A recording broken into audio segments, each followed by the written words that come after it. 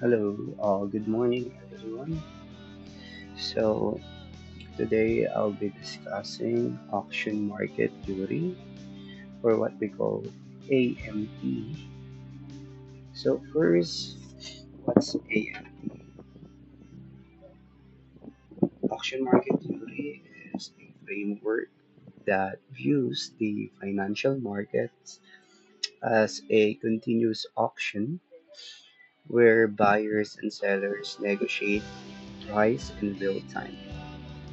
So rather than viewing the markets as a series of patterns or indicators, AMT focuses on understanding the context of the market, specifically whether the market is in a state of balance or imbalance. Okay, so just wanted to let you know that this is not a strategy. Okay, auction market theory is a comprehensive framework for traders to understand the market context by viewing price movements as a continuous negotiation between buyers and sellers. Okay, so kaysa na we just rely on a simple patterns, uh, AMT uses statistical bell curves to identify periods of balance where price is stable and imbalance, which indicates a trading market or a trending market. So, okay, let's proceed so that you guys can better understand um, how auction market doing. So I do have here an example of a coconut. Okay, that is being auction. Okay, so let's um, let's first identify this. So this is the asset, the coconut. Okay, and this are the prices: $1, $2, 3, 4, 5, 6, 7. Here are the buyers and each price level. Okay, so now that the seller, now that the seller is knows that the value of the coconut right now is currently um, here. So this is what we call a fair value. So what is a fair value? Here, let me just put this one. So fair value. So this is what you call the fair value, meaning that for both sides, this level or this price is currently um the fair. Okay, I mean this is the fair price. Like ito ang pinaka ano sa kanila tawag dito, patas na price. So walang lugi, walang mahal, walang mura, sakto na. Okay, so um if this price of the coin, okay, or the coconut, okay, there are a lot of buyers here on the $4. So once the price, okay, goes here, so the seller decided to sell it with other people, and okay, it reaches the $1.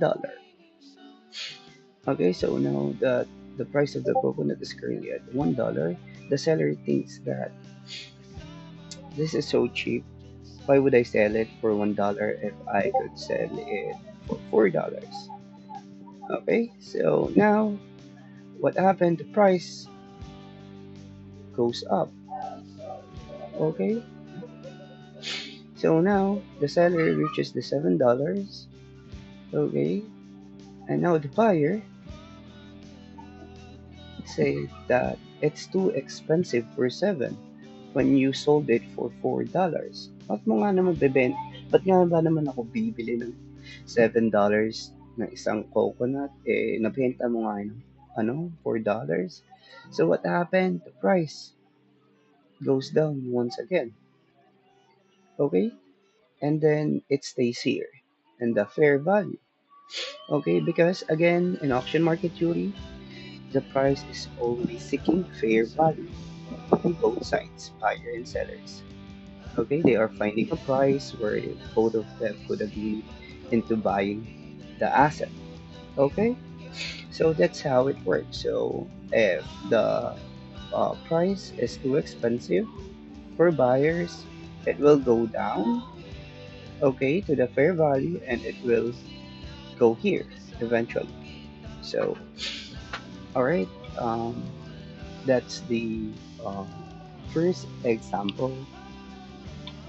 So, this is in the framework. This is what you call the value area high. Okay, this is the value area high, and this is the value area low. This is what we call the POC. Okay, so that's the uh, yeah the rough idea of how auction market works or how auction market works. Okay, because if you can remember that during our time, way back high school, so in a sample bell curve, right? Sorry. So this is the normal distribution. Okay, the Gaussian distribution. So on the normal statistical bell curve, okay, this is the roughly 70%, right? And the other standard deviation, it's around 15 and 15. Okay, so um, this is the approach of, or the basis of AMD, of the auction market theory. It uses the statistical bell curve. Okay, so let's go here. So meaning that the prices, or I mean, yeah, the price spend time here around these areas is the 70%. Okay, and these are the 15 outside of the range and 15. Okay, so price always tends to go back here at the fair value, so don't forget it. So let's proceed with a different scenario so that you guys can have a better understanding. Um, what if the value of an asset, okay, what if the value of an asset change? Okay, so now the coconut is so expensive, like there are no enough supplies of coconut. Okay, so the sellers know the intrinsic value of the coconut as well as the buyers. All right, so now the minimum amount is $3 for one coconut. Okay, and now this becomes the fair value, as they think that the price of coconut, okay, is worth $7.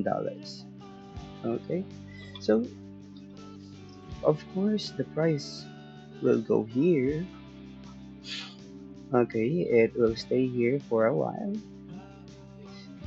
and then if all of the buyers decided that it's too expensive here, the price will go down. Okay, it will stay here, it will go down here, it will stay here, it will go down here. So once it reaches this area, it goes back up because um for the value of the coconut is $7, the sellers would think that why would I sell it for $2? Okay, and there are no buyers because they know how important the coconut is. So what happened when it reaches the $2 is there are no buyers, the price goes up immediately, going back to the fair value. Okay, because the reason why it goes back to the fair value is because both parties agreed that this is the best price for the current for the current scenario or for the current underlying value of the coconut. Okay, so that's what you call the this is what you call the low volume mode. Okay, this is the low volume mode, and you will see here that this is yeah. So in and later I'll show you what that is. So this is the low volume and this is the high volume nodes. Okay, so later I'll show you more. It is just a simple explanation so that you guys have a gist of how auction market really works. So this is the last example for you guys. So now um, if the price of the coconut, like I mean the value of the coconut, the value degraded, and now there are a lot of coconuts everywhere. Like the supplies, it's too much. Okay, ang dami ng coconut. So lahat merong coconuts. Ganito may coconut rin. So lahat. So now what happened? The seller knows that um, the value of the coconut is not important anymore, as you can find it anywhere. So what happened here? The price suddenly goes down. Okay, from this previous fair value. Okay, it goes down here. Okay, because no one would buy coconut at the price of $7 anymore, as it's too expensive since you can find coconut everywhere. Okay, so that's what happened. So the price always seeks fair value. Okay, that both of the parties could agree. Okay, so that's the part one for the auction market theory, so that you guys do have a better understanding on how it works.